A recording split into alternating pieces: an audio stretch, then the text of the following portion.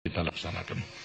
Tapi saudara-saudara mengetahui bahasanya walaupun toh sudah kembali kepada Undang-Undang Dasar 45 dengan dekret daripada Presiden, pelaksanaannya sampai kepada tahun 65 tidak sesuai dengan apa yang tercantum dalam Undang-Undang Dasar 45, khususnya dalam rangka melaksanakan mungkin juga merupakan konsep perjuangan daripada Bung Karno itu. Bagaimana dalam membawa daripada kelangsungan perjuangan bangsa Indonesia untuk mencapai daripada cita-citanya itu.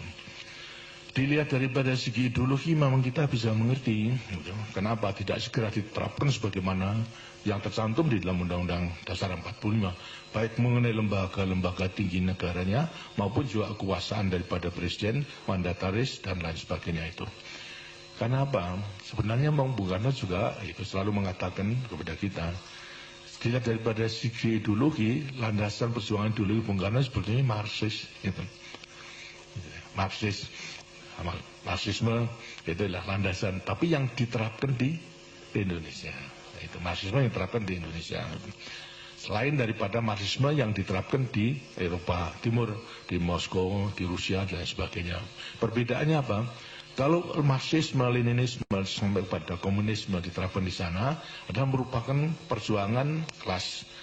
Jadi daripada rakyat pada dasarnya merupakan kelompok yang tidak turut memiliki alat produksi, apa itu pabrik, apa itu tanah dan sebagainya, tidak turut memiliki. Itu merupakan kaum proletar sendiri. Sehingga demikian kaum proletar itu yang sekarang harus disusun untuk memegang kekuasaan, sehingga berlakulah diktator proletariat di negara-negara komunis. Sekarang di Indonesia itu tidak demikian. Walaupun kecil rakyat di Indonesia itu ikut turut memiliki alat produksi, ikut turut memiliki tanah menjadi sumber daripada kehidupannya. Ikut turut memiliki misalnya alat-alat pandai, jahit dan sebagainya. Terus lain. Jadi digambarkan oleh Bung Karno sebagai seorang yang namanya marhen. Marhen itu adalah sepetani yang mempunyai sawah kecil. Karena itu lantas sekarang untuk menerapkan itu diterapkan seperti keadaannya si petani namanya marhen itu, lantas sekarang Marxisme yang diterapkan di Indonesia adalah marhenisme. Tapi pada dasarnya adalah Marxis. Karena itu dalam mempraktekkan mengenai setelah kembali dekret Presiden 5 Juli itu 59, bahasanya ya tidak meninggalkan daripada jiwa dan semangat Marxis itu. Buktinya apa?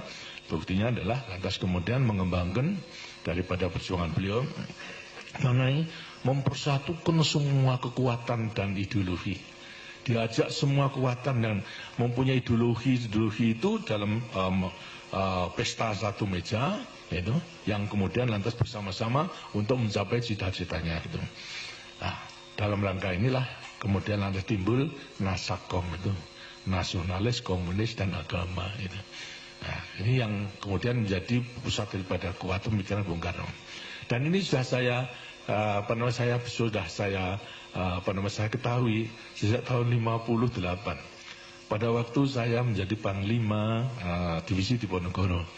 Pada waktu itu beliau mengunjungi daerah dalam rangka saya sebagai penguasa perang. Saya mendampingi beliau di mobil dari Banteng, Banteng sampai kepada kota tempat penginapan.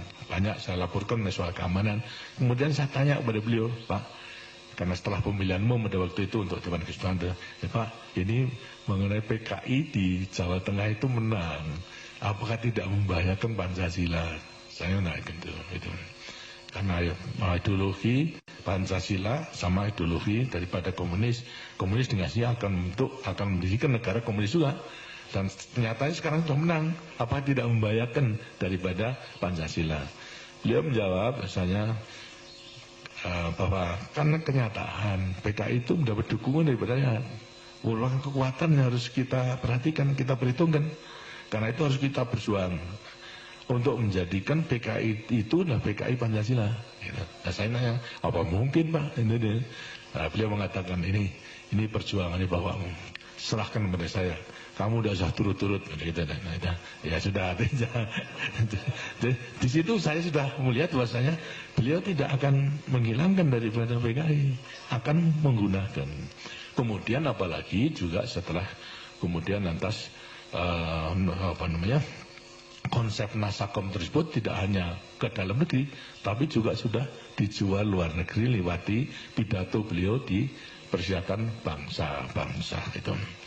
Jadi tahun 58 saya sudah menanyakan apa tidak membayarkan. Nah, kemudian terjadi mengenai soal KUB G30 SDKI, dan secara kebetulan saya mempunyai kepercayaan untuk mendampingi mengatasi daripada keseluruhannya, sehingga saya tinggal saja. Lah Pak, saya dulu kan sudah tanya bahwasanya PKI Pak tidak membayarkan Pancasila. Yang kemudian lantas ternyata sekarang demikian. Tapi beliau masih mengatakan itu mengenai peristiwa G30S dan meninggalkan jenderal-jenderal itu dalam revolusi hanya merupakan suatu hal yang kecil. Yang kita juga agak deg-degan, agak masa meninggal gugurnya daripada jenderal-jenderal hanya merupakan suatu kejadian yang kecil. Baiklah itu. Tapi bagi saya bukan jenderalnya, benar-benar PKI komunis itu sudah mengancam Pancasila. Itu bagi saya. Tapi bagi beliau adalah masih berusaha pada konsepnya untuk mempersatukan daripada ideologi. Karena itu setelah G30S konfliknya itu timbul dalam mengatasi situasi demikian. Ada perbedaan di antaranya konsep rakyat mengharapkan, menginginkan PKI itu dibubarkan karena sudah berulang-ulang untuk mengadakan KUB dan sebagainya. Sedang Bung Karno itu adalah tetap ingin mempertahankan daripada PKI dalam rangka konsep Nasakomnya itu. Ini semua tersirat di dalam dialog saya secara empat mata di antara beliau dengan saya itu mulai 2 Oktober sampai kepada 10 Maret berulang-ulang gitu. Saya terus dimarahi terus saja. Tapi saya dimarahi apa boleh buat tapi untuk perjuangan. Tapi saya tidak menunjukkan daripada sifat menentang. Saya menunjukkan bahasanya, Pak, ini rakyat itu masih percaya gitu. Kalau Bapak tidak menentang arus daripada rakyat, percayalah gitu. Semua itu masih mendukung untuk menyelesaikan revolusi ini gitu. Tapi ya beliau tetap berpegang teguh dan selalu mengatakan, kamu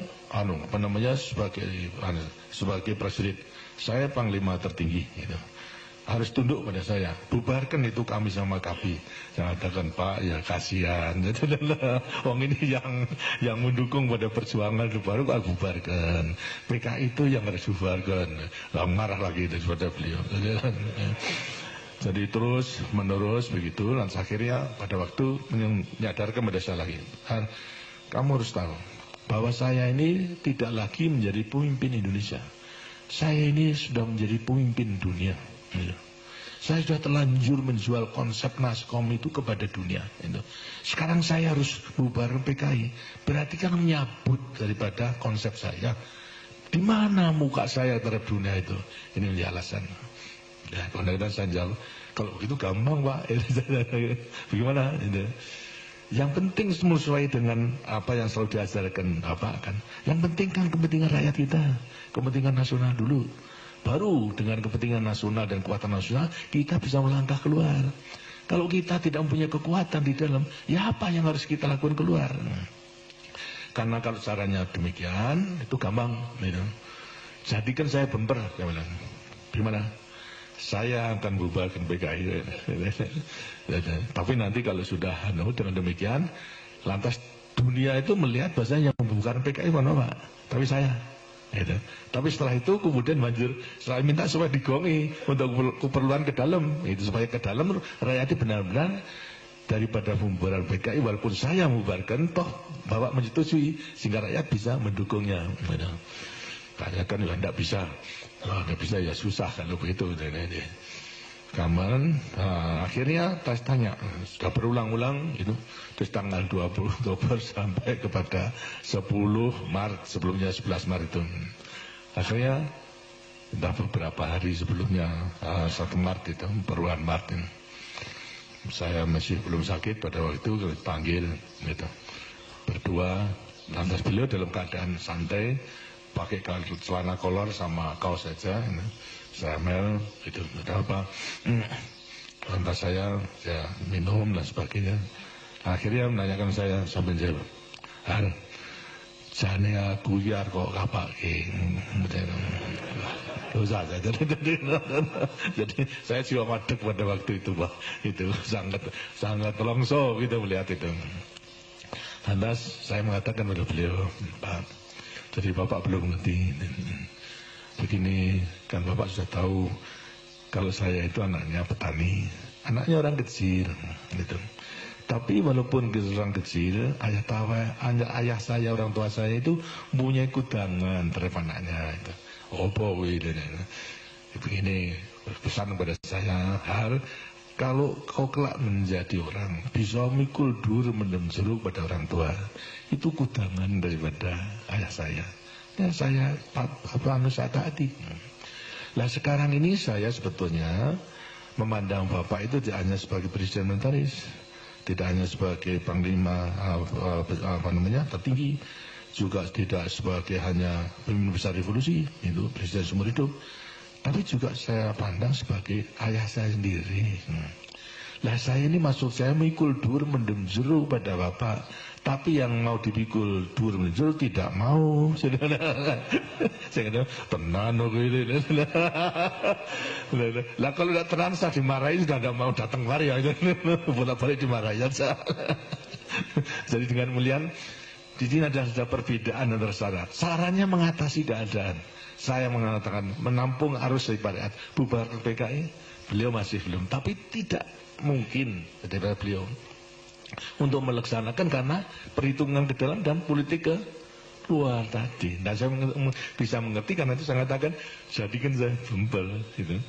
Itu saya bukan PKI, tapi setelah itu Bapak ngegok nih, artinya harus setuju di setelah beberapa perselang.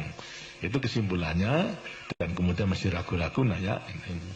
Dan saya memang tidak punya maksud untuk menumbangkan Bung Karno, walaupun teman-teman saya, kolega saya telah mengajak kekuasaan di tangan kita. Kenapa harus kita tunggu-tunggu? Gitu. Buat sekarang sudah kita gulingkan saja. Saya mengatakan, maafkan, gitu. Saya tidak mempunyai pikiran di situ karena saya tidak mau meninggalkan sejarah titik hitam dalam kertas putih kepada kehidupan angkatan perang kita. Saya tidak mau untuk merebut, mengajak kepada anak buah untuk merebut kekuasaan, saya tidak mau. Tapi kalau saudara-saudara mau silakan. Saya tidak turut.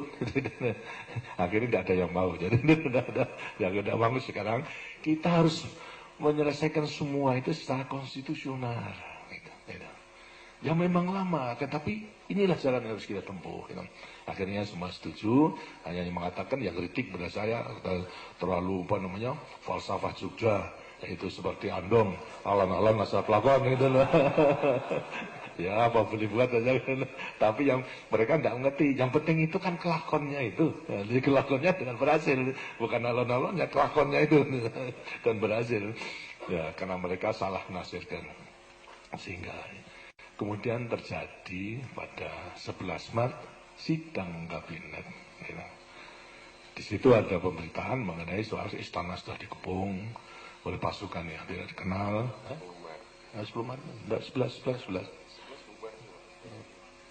12 11 Maret itu keluarnya kan 11 Maret ketika itu juga 11 Maret itu kemudian lantas ada demikian sampai Bung Karno kemudian ke Bogor dalam keadaan sangat memprihatinkan, disusul dengan Waperdam seluruhnya dengan helikopter ke Bogor. Kemudian di antara 3 perwira, yang 2 menjadi menteri, yang 1 adalah Panglima Kodam. Siapa? Pak Basuki Rahmat, kemudian lantas Yusuf sama Amir Muhammad sebagai Panglima Kodam. Melihat situasi demikian, itu sangat memprihatinkan, mempunyai ide untuk untuk menemani Bung Karno ke Bogor. Gitu. Baik. Tapi karena masih ingat ada atasannya, sehingga lapor kepada saya. Saya dalam keadaan sakit pada waktu itu, memang di tempat tidur karena kumat. tenggorokan, kalau sudah kumat sampai kepada kursen dan sebagainya, tidak bisa menghadiri sidang kabinet pada waktu itu. Kemudian datang ke rumah, menceritakan semua kejadiannya, lalu minta izin untuk menemani Bung Karno di Bogor. Saya izin, silahkan, baik. Lantas tanya, pesan apa Bapak? Saya mau pesan satu, sampaikan salam dan hormat saya. Yang kedua, sampaikan kalau saya sakit, itu tidak bisa hadir tadi. Yang ketiga, sampaikan aja, kalau saya diberi kepercayaan, keadaan ini saya atasi. Itu saja. Terus tidak macam-macam. Jadi saya hanya mengatakan, kalau saya diberi kepercayaan, keadaan ini akan saya atasi. Dengan demikian, saya perhitungkan bahwasanya segala lamanya dialog antara beliau dengan saya itu, beliau sudah menangkap itu, Lalu ini berangkat. Setelah datang ke sana, ya laporan dan sebagainya semua dimarahi dengan sendirinya. Sama menteri, kemudian sampai terjadi demikian. Kemudian lantas sampai, bagaimana cara mengatasinya? Ya, aja Pak, percayakan aja pada Pak Harto. Marah lagi, beliau. Kurang apa saya percaya pada Harto? Sudah diberi pangkat, naik, jadilah sebagainya. Ya, tapi barangkali perlu tertulis. Baru. Kemudian, tapi ya kalau begitu, dibuat surat tertulis, dibuat 3 jenderal, ditambah dengan semua waperdam. Bandrio, kemudian Pak Lemena, sama Khairul Saleh. Terus sekretarisnya Sabur, itu dibuat. Akhirnya kemudian ditandatangani. Nah itulah perintah 11 Maret lahir, ditandatangani, sudah mendekati sore. Dan isinya adalah memberikan wewenang kepada saya di padang perlu untuk mengambil tindakan atas nama beliau, gitu, untuk mengamankan daripada perjuangan, revolusi dan lain sebagainya. Itu just merupakan suatu wewenang yang luar biasa itu. Dan kemudian lantas ini dibawa ke Jakarta, sudah agak malam pada waktu, kurang lebihnya mendekati Isya itu. Kemudian saya masih di rumah, disampaikan, saya baca, saya putuskan kemudian bubarkan PKI. Itu. Bubarkan PKI, kemudian lantas karena persyaratan pada waktu itu harus sebelum mengambil keputusan ada koordinasi dengan menteri-menteri Panglima Angkatan. Saya ada rapat, ada di Kostrad. Lama berbicara dan semua perwira dan semuanya telah ditinjau. Pokoknya saya menggunakan mengubarkan daripada PKI. Dan semua dikonsep. Baru setelah jam 1 malam itu saya tanda tangani. Jadi dengan demikian lantas berlaku daripada perintah mengenai pembubaran daripada PKI tersebut ini. Jadi sudah tanggal 12 sudah tanggal 1 itu. Nah pagiannya diumumkan, kemudian lantas beliau katanya semua waperdam kumpulkan, dimarahi. Akhirnya dibutuhkan salah satu untuk dikirim kepada saya, Pak Lemena. Tanggal 13 itu dikirim itu. Kemudian tanya ke Haji Salim, karena setelah selesai kemudian saya kembali lagi ke rumah untuk istirahat. Karena Pak Lemena mengatakan, kalau saya manggil saya dan Mas Harto, apa enggak keliru itu bubaran PKI itu? Saya berkata enggak, itu di surat perintahnya tidak ada. Ya memang enggak ada, tidak ada. Gitu. Kalau ada, kalau sudah setuju itu bapaknya begitu. Kok marah, kita dimarahi. Sudahlah, saya bertanggung jawab. Dia tahu kalau saya bubarkan PKI, dia tahu. Tidak percaya. Kemudian setelah beberapa hari kembali, lantas Bung Karno dari Bogor kembali Jakarta, saya sudah agak baik, saya jemput. Pakai helikopter di muka istana, saya jemput, saya laporkan, Pak, ini keadaan demikian. Terus saya katakan PKI sudah saya bubarkan, itu tinggal Bapak sekarang ngagongi. Saya takir bentar, saya tinggal ngagongi. Ya itu nanti pikir dulu itu. Jadi yang nggak marah beliau. Mau saya tahu saya ada bubarkan PKI karena memberikan jalan yang terbaik itu yang sekarang untuk mengatasi keadaan konflik daripada pada waktu itu. Nah, kemudian lantas berjalan pada suatu saat, kemudian lantas timbul adanya upacara kalau tidak salah mengenai Maulid Nabi bulan Juni pada itu Maret. biasa diadakan upacara di istana. Saya menjemput beliau, mengantarkan, dan saya didengar saksikan oleh sekretaris militer, Saudara Surya Supono, pada waktu itu, bekas Panglima Divisi Diponegoro. Tapi saya menjawil kepada beliau, Pak, ini kesempatan yang baik untuk ngegongi daripada apa yang setelah saya lakukan. Beliau mengatakan, ya nanti, ya saya sudah senang, ya nanti akan saya lakukan. Karena dalam amanat tentu ada kesempatan. Saya katakan tidak perlu bosnya yang perintah saya, tapi apa yang dilakukan Harto itu saya mengetahui, itu saja sudah cukup. Ya nanti ini, nah itu ngantarkan upacara pidato daripada beliau itu amanat. Enggak keluar. Enggak keluar. Kemudian lantas santun lagi di jalanan di antara istana tanya, kok enggak keluar, Pak? Wah, lain kali ini. Wah, ya susah gitu.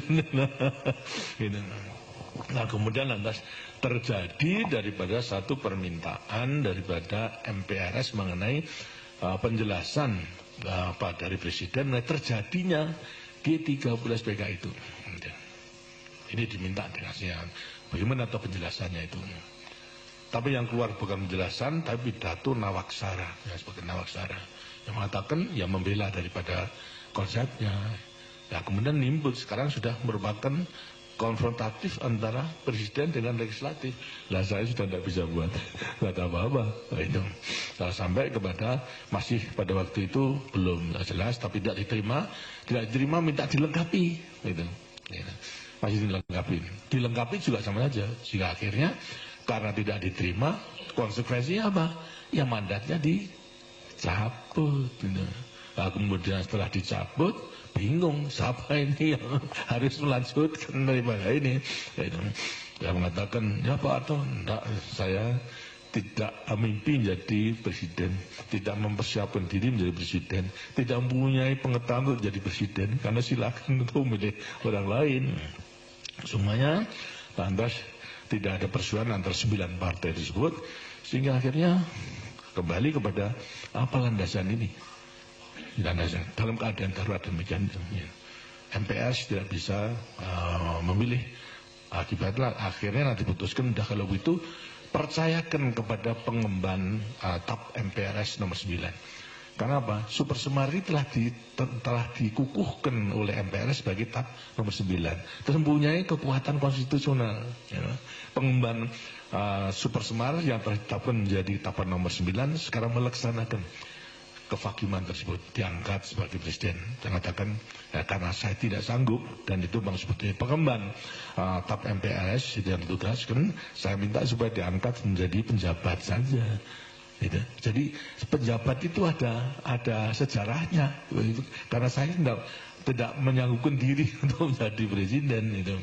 Jadi pengemban TAP MPRS nomor 9 sebagai kelanjutan daripada Super Semar itu sebagai penjabat presiden. Gitu. Kemudian lantas saya terima dan dilaksanakan setelah 1 tahun, dan ternyata kemudian diangkat menjadi presiden.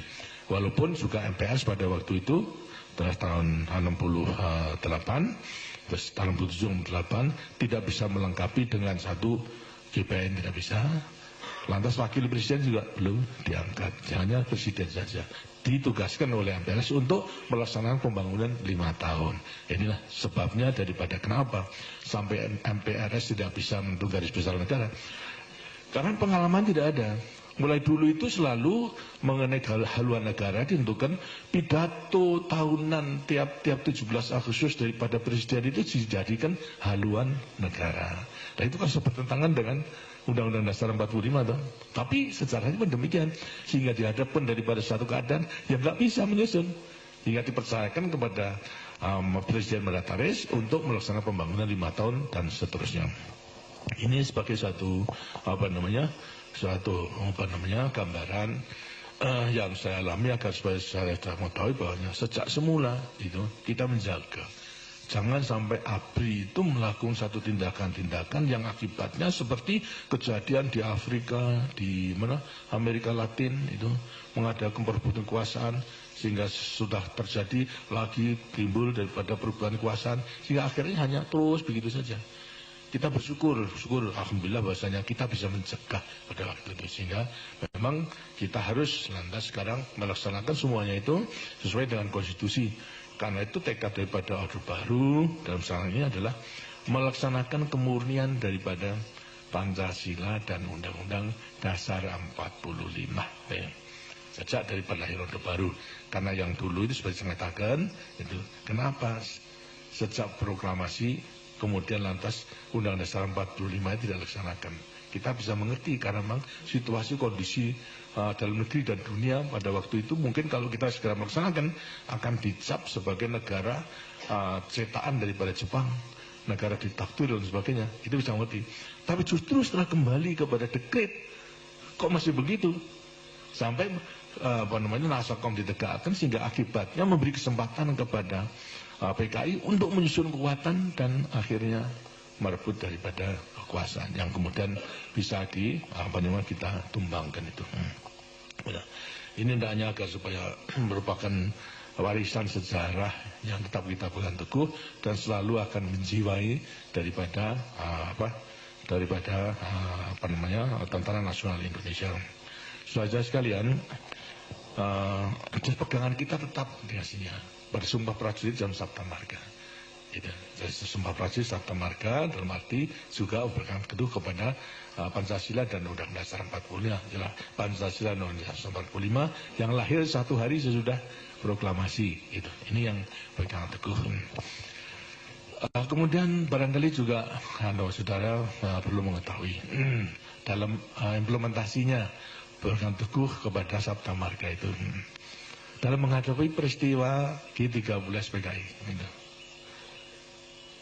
Sebenarnya kita mengetahui bahwasanya Partai Komunis dimanapun juga itu perjuangannya menimbulkan kontradiksi, pertentangan, sehingga ada pertentangan kemudian bisa manfaat musuh daripada kekuatan, dan kalau sudah kuat itu semua lawannya kan habiskan gitu. Tidak ada yang tinggal. Nah, ini menjadi ciri-ciri daripada mereka. Oleh karena itu kekuatan yang harus disusun dalam rangka persyaratan untuk dapat kemenangan itu ada 3 kekuatan. Satu apa? Satu mengenai kekuatan buruh, itu harus di tangannya. Ketua tani itu harus di tangannya.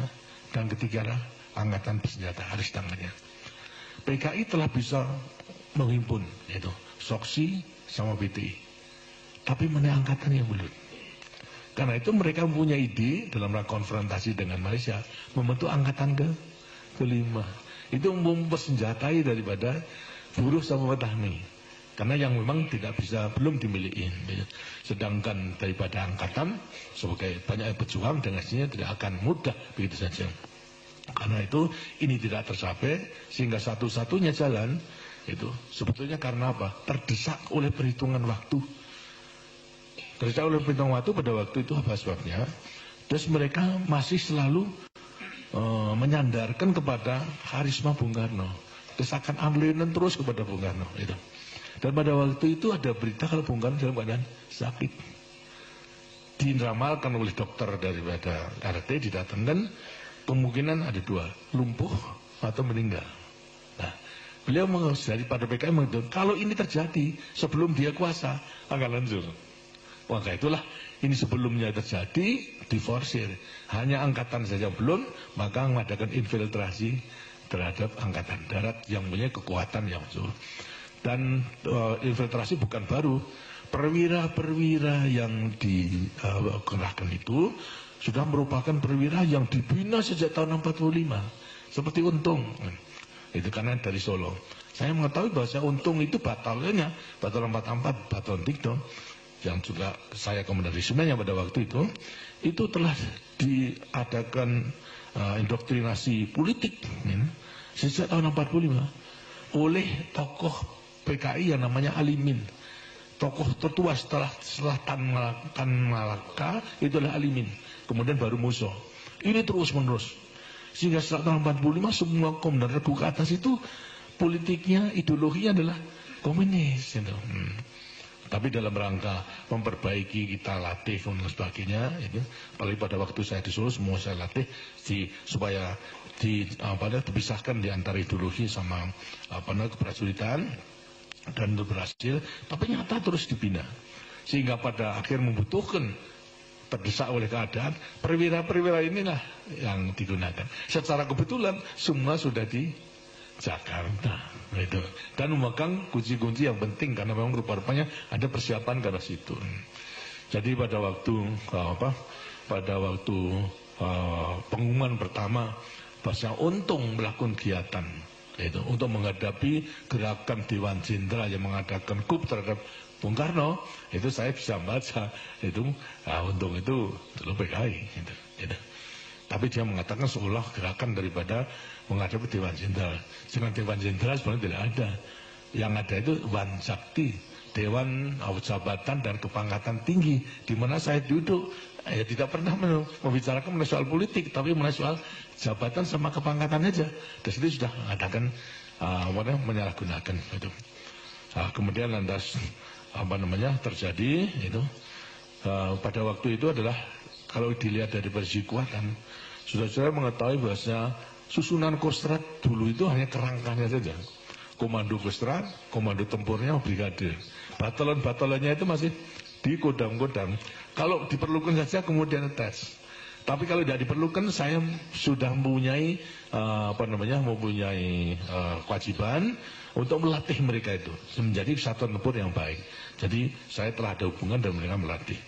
Pada waktu menghadapi peringatan Angkatan Bersenjata tanggal 5 Oktober itu tahun 65 pada waktu itu, 3 batalion ditarik ke Jakarta dalam dihimpun dalam satu brigade untuk ikuti parade itu. Batalon 530 dari Jawa Timur, 454 dari Jawa Tengah, Batalon 328 dari Jawa Barat, semuanya parah. Ini antara lain 2 batalon itu telah digait oleh G13PK. Tinggal 1 batalon saja. Karena itu saya usahakan supaya dipisahkan. 530 bisa dipisahkan. Tapi 454 tidak bisa. Karena saya beri waktu pada waktu komandannya. Komandan batalionnya ada di istana, wakilnya saya panggil, saya beri penjelasan sendiri bahwasanya kamu ditipu oleh Untung ini. Keadaannya demikian. Jadi kapalnya supaya sadar, sekarang kembali kepada Kostrad. Saya beri waktu, kalau jam 6 belum menyatakan kembali, ya terpaksa hadapan dengan Kostrad. Gitu. Akhirnya 5.30, jam 2 itu sudah gabung. Tapi 454 belum, sampai jam 6 meninggalkan. Tapi 2 kompi setelah jam 10 malam, dia menggabung. Dan tinggal 2 kompi. Kemudian lantas terus mendukung daripada perjuangan kelanjutan daripada G13PK itu. Jadi saudara-saudara, supaya mendengar bahasanya, sebetulnya daripada segi kekuatan, saya tidak ada kekuatan, hanya kerangka saja. Tapi setelah saya mengetahui Untung yang memimpin, dan saya bisa menilai bahwa ini di belakangnya mesti ada. Kemudian lantas putusan saya pada waktu itu untuk segera membungkem RRI, membungkem RPKD, lantas saya tunda, jangan, sudah biarkan saja. Mereka mengadakan statement supaya rakyat mengetahui bahwa tidak hanya pada menghadap Dewan Jenderal, tapi apa yang menjadi tujuan itu. Sehingga kemudian mulai melakukan satu penurunan pangkat. Daripada kolonel ke atas turunkan, karena dia paling tinggi Panawusta atau godongnya atau itu diturunkan. Jadi saya juga harus turun pada waktu itu. Lantas kedua juga mengenai bentuk Dewan Revolusi, lah sudah itu. Kemudian lantas pemerintah sementara dan sebagainya, sudah semuanya leweng. Baru setelah diumumkan, supaya maksud saya rakyat mengetahui apa latar belakangnya itu. Terus politik, karena itu setelah semua dihaji, jam 6 diadakan, sebelum jam 7 malam diduduki RRI, kemudian mengumumkan daripada pengumuman saya dan pidato saya. Jadi di sini saya hanya pegang pada apa pada waktu itu, soal jelasin pada staf. Saya perhitungkan ini di belakangnya daripada Untung ini PKI pasti. Nah kalau PKI bukan masalahnya mengenai Dewan Jenderal Angkatan Darat, ini pasti akan mendirikan negara komunis. Berarti Pancasila itu dalam keadaan bahaya. Sedang kita sebagai prajurit Sabta Marga harus membela Pancasila. Akan kita biarkan atau gimana? Kalau dibiarkan, daripada doktrin komunis itu akhirnya toh kita akan mati konyol. Siapa? Akan dibunuh semuanya. Lah daripada mati konyol, mari mati sebagai prajurit yang setia kepada sumpah prajurit Sabta Marga. Menurut perhitungan saya, kita harus melawan daripada mati konyol. Itu semua setuju, oke, metode kita lawan, kita hadapi daripada semuanya itu. Sehingga walaupun kekuatan itu relatif tidak ada, tapi karena saya percaya bahwa rakyat itu akan mendukungnya. Dan kesatuan yang tertipu akhirnya juga akan kembali. Yang untuk mengatasi itu. Akhirnya bisa diatasi dengan sebaik-baiknya. Inilah beberapa mengenai nilai daripada kesetiaan kita kepada negara dan bangsa yang berdasarkan Pancasila dan Undang-Undang 45 daripada para prajurit yang betul-betul kalau setia berpegangan kepada sumpah prajurit dan Sabta Marga, tidak akan menjadi masalah. Karena itu selalu saya katakan, itu tidak perlu repot-repot daripada kita mengukurkan teori apa-apa, pegang aja lah kepada Pancasila dan juga Sabta Marga dalam memperbesar pengabdian kita negara pada bangsa. Tidak melihat kepada orangnya, kita tidak ingin menjadi patuh kepada orangnya, tapi adalah berpegang kepada cita-cita perjuangan kita. Kalau kita patuh pada orangnya itu dalam rangka orang yang mengemban tugas daripada negara dan bangsa itu. Ini saya harapkan dan sekarang memang sudah kita buktikan bahwasanya dalam rangka melaksanakan kemurnian Pancasila dan Undang-Undang Dasar 45.